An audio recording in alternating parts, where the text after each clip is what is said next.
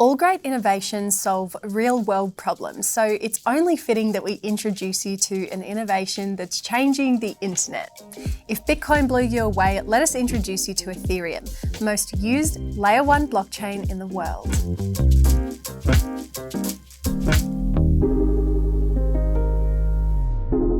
In March 2011, a new user showed up in the Bitcoin Talk forum, 17-year-old Vitalik Buterin.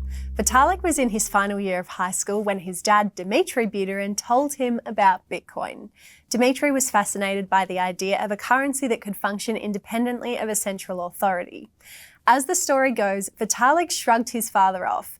Being a kid who spent lots of time on the internet, however, it wasn't long before Vitalik found himself in the Bitcoin Talk forum, an online forum created by Satoshi Nakamoto in 2009. Vitalik was intrigued and searched for ways to earn Bitcoin when he spotted an opportunity to write for Bitcoin Weekly, a now defunct online publication.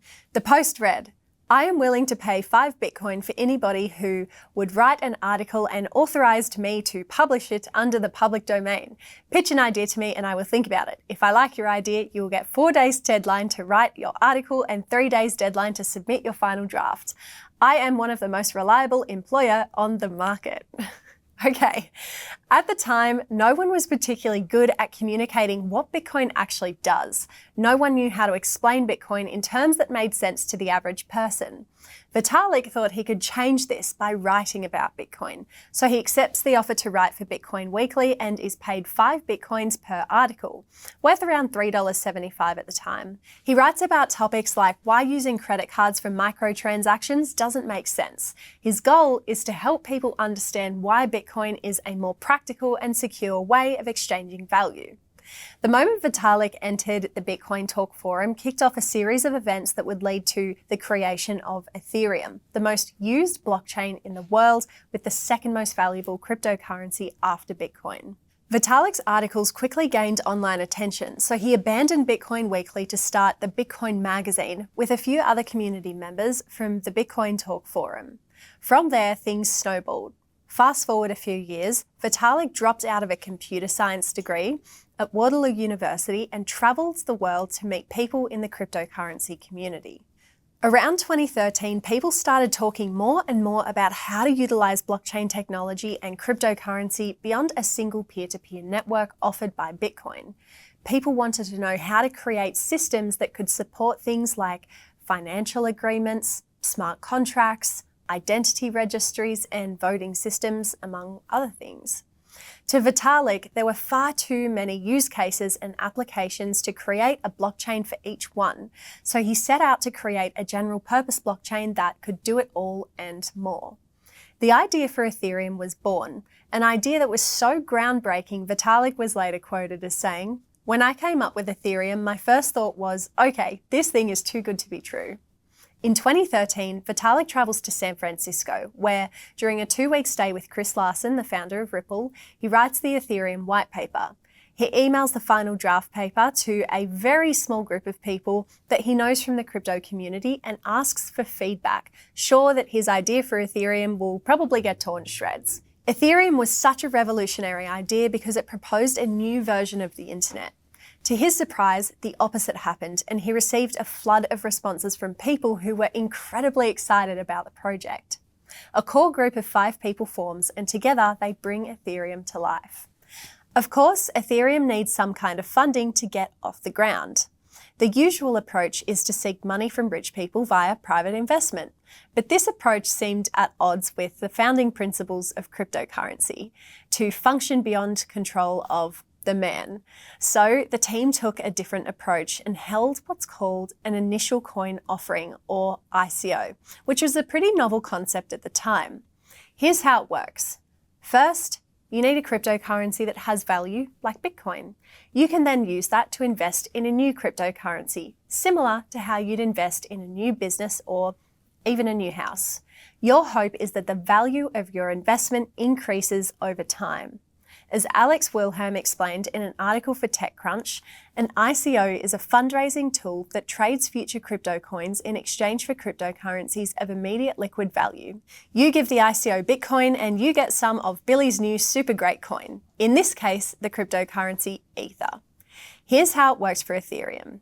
In 2014, Vitalik Buterin announced the Ethereum ICO at the North American Bitcoin Conference in Miami.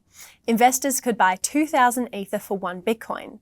At the time, 1 Bitcoin was worth around $560. So even if you only had $1 worth of Bitcoin, you could get roughly $3.60 worth of Ether. The ICO ended up being a huge success, as Camilla Russo recounted in her book, The Infinite Machine. The sale started on July 22nd at midnight in Switzerland. The website they put together for the sale had a real-time counter of the amount of Ether sold, and the team watched with relief as the numbers ticked up. More than 7 million Ether, or about $2.2 million, were sold in just the first 12 hours. It had been a long, hard wait since December and January, when most of them started working on the project. Everyone was worn out and most were broke. Not for long. The price of Ether continued increasing throughout the ICO and eventually raised a total of $18.3 million worth of Ether cryptocurrency. The Ethereum blockchain launched 1 year after the ICO in July 2015. At launch, the Ethereum blockchain had 72 million Ether coins in circulation, 60 million of which belonged to the original ICO investors. If you had bought just $100 worth of Ether during the ICO, your investment would be worth about $56,800 today. Pretty insane, and I'd love to know if anyone had the nerve to hold on to their initial Ether investment for that long. A quick side note, this probably won't be the last time you hear about ICOs either, since they've become a hugely popular way for new projects to raise funds, although the Ether ICO is still widely considered as one of the most successful ICOs to date. So what exactly is Ethereum? I discovered Ethereum during my 100-day challenge to learn about crypto. I was equal parts intrigued and confused. Ethereum, often referred to as the world computer, is changing the way we exchange value, do business, play games, and even access communities. So long as you have an Ethereum-compatible cryptocurrency wallet like MetaMask, you can connect and start exploring. So what exactly is Ethereum and what makes it so special? Ethereum describes itself as a community-run technology powering the cryptocurrency Ether, or ETH, and thousands of decentralized applications. In a 2017 interview with Naval Ravikant, Vitalik made a useful analogy when he asked the audience to consider Android or Mac iOS. Inside Android or Mac iOS, you have apps, which are built using a particular programming language. Anyone can create an app, anyone can download an app and run it. That was the kind of general purpose flexibility that inspired Ethereum, except on Ethereum, developers have the option to use any programming language to create decentralized apps. We are used to downloading apps that are developed by companies like Facebook, Google, or Amazon, and these apps allow us to connect with people, make online transactions, and more. On Ethereum, the apps are of course developed by people and in some cases by companies, but there are two major differences. First, Ethereum uses smart contracts to enable peer-to-peer transactions or transactions directly between me and you with no need for a third party. Second, Ethereum is a blockchain and blockchains function without downtime, fraud, central authority, or interference. Ether, Ethereum's native cryptocurrency, powers the Ethereum blockchain. Most people treat Ether, which is commonly called Ethereum, as an investment asset.